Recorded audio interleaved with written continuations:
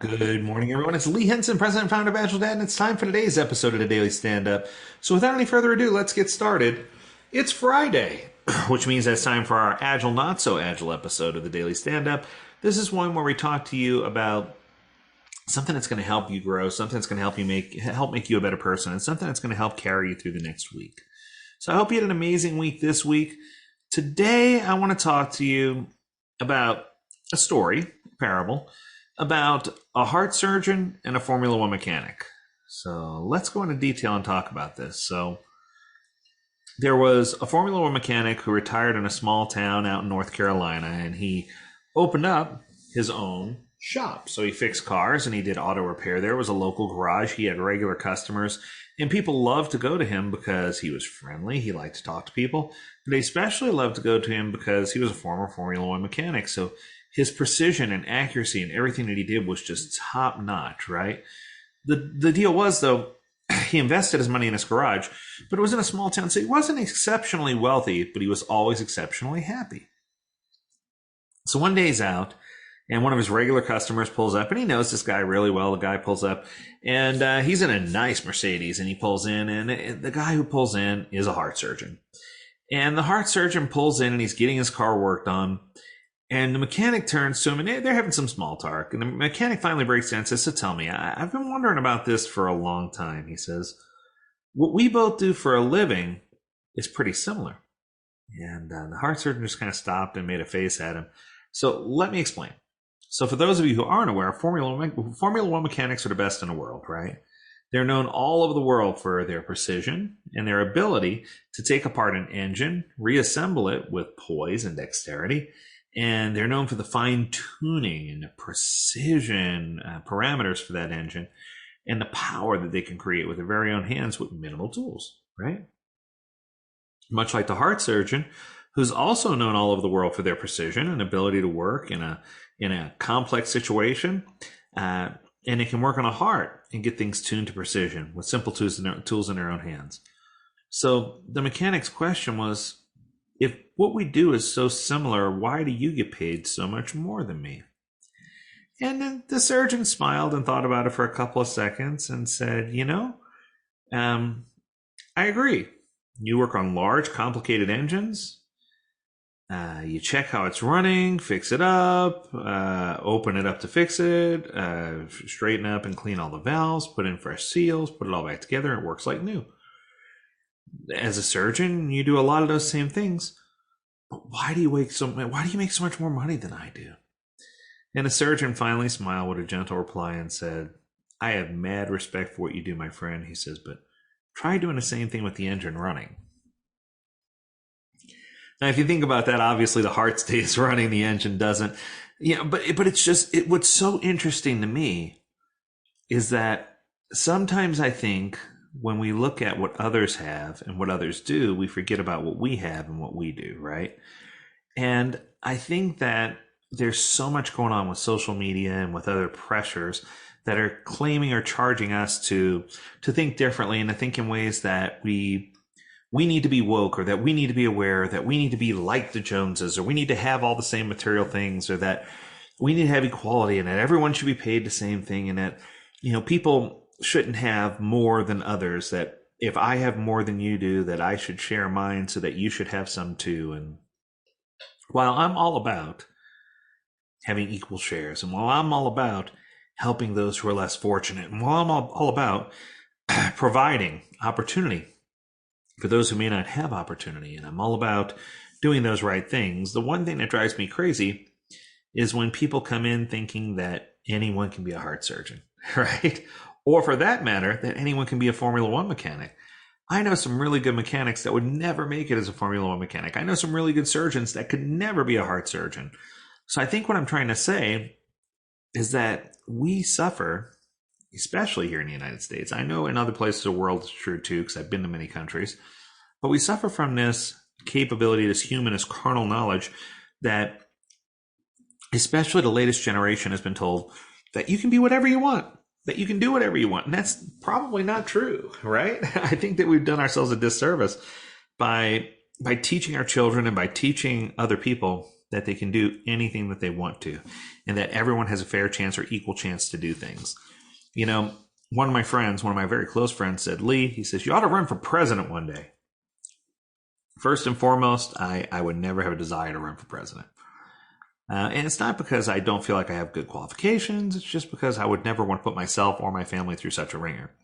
But second, more importantly, it takes hundreds of millions of dollars to be able to run for president and even remotely get close to being successful. And that's something that I don't have just to throw at a moment in time, right?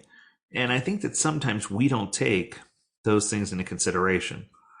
While I know many children who would love to be an astronaut or an NFL football player, the truth is the quarterback or the child who's playing quarterback at your playground league right now stands a very small chance of being the quarterback for the junior high team, who stands an even smaller chance of being a quarterback for the high school team, who even stands a smaller chance of being a quarterback at the college level, much less a major college level, Division I, and then that Division I college football quarterback only has a 1 in 26 chance of becoming an NFL quarterback. I think you see where I'm going with this. When there's only 26 people in the world who've achieved that highest level or the highest degree of mechanical transformation and precision and accuracy, it's good to dream, and it's good to dream big, but it's hard to dream impossible. So I guess what I'm trying to say is, how do we better align ourselves? Do we lean more towards the sides of the precision of the Formula One mechanic, who's perfectly precise, does everything that they can to formulate a way to do things, and operates with technical precision every single time so that they can craft and structure things and know that they're going to work and function the way that they intend? Or are we more like the heart surgeon who doesn't know the whole problem until they're in there, and then once they know the problem, they have to work on that engine while it's running and get it to continue to run and fix the problem all in one fell swoop? Now, what I can tell you is we all fall somewhere in that spectrum, right? And I guess what I'm trying to say is, as a leader, as a thought leader, as a team leader, as a leader in an agile organization, what tips, tricks, or things do you do to try to help you sway one way closer to the other to the side of the pendulum that you need to be? And I don't think it needs to be all or nothing. I don't think you need to either completely be heart surgeon or completely be Formula One mechanic. But I think that if we look at both our lives and our jobs, our agile jobs, we could easily see that this correlates quite well. That while we don't know everything, it's important that we know something. And it's important that we get that information and that we convey that information so that we can accelerate what we've learned and what we know. And so that we can eventually get to the point where there's more people who know what we know, so that without the pool being diluted, we can have an opportunity to share that knowledge even further and to give people the enlightenment that they need in order to be successful. So for me, I feel like sometimes I'm closer to that heart surgeon where I know what I'm doing, but I do it while the engine's still running. I know in an agile implementation, it's hard to say, let's just stop doing everything and start doing it a new way, right? Sometimes you got to keep those wheels greased. You got to keep things moving in the right direction. And you're oftentimes charged with, implementing Agile or changing over the current project management practices all the while still practicing Agile for yourself and for your organization, etc. So it's one of these things where there's a lot of pressure for people to do the right thing. But the question is, what do you do when it happens, right? So my challenge is, for this Friday, I want you to figure out where you are on the spectrum. I want you to figure out who you are, what are you trying to do in this life, what are your personal goals and professional goals, and where does that place you? Does it place you more in the camp of having to stop everything, refocus, and get on to where you need to be, like a Formula One mechanic? Or are you more like a heart surgeon where when there's more moving parts, you can just figure out where you need to be and make fine-tuning pivots and adjustments to get there?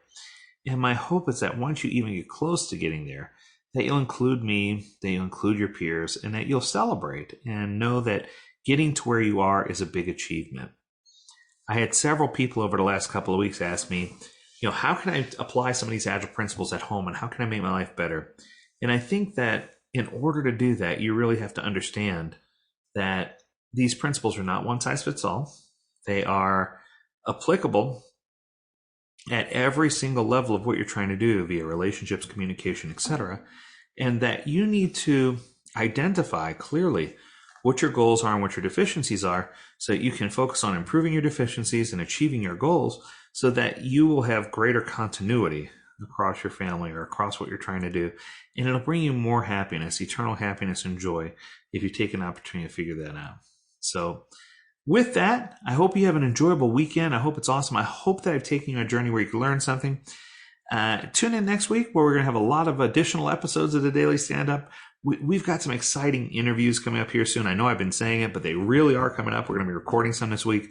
I hope that these interviews and that the folks that I bring on will help you fill those empty voids that you have with knowledge from credible leaders. And if you haven't told your friends about the Daily Stand-Up already, I encourage you, challenge you to find 3 friends that don't know about the Daily Stand-Up. Tell them about it and have them subscribe. And as always, we encourage you to stay healthy, stay well, and stay agile, my friends. Until next week, have an amazing weekend, and we'll talk then. Do take care.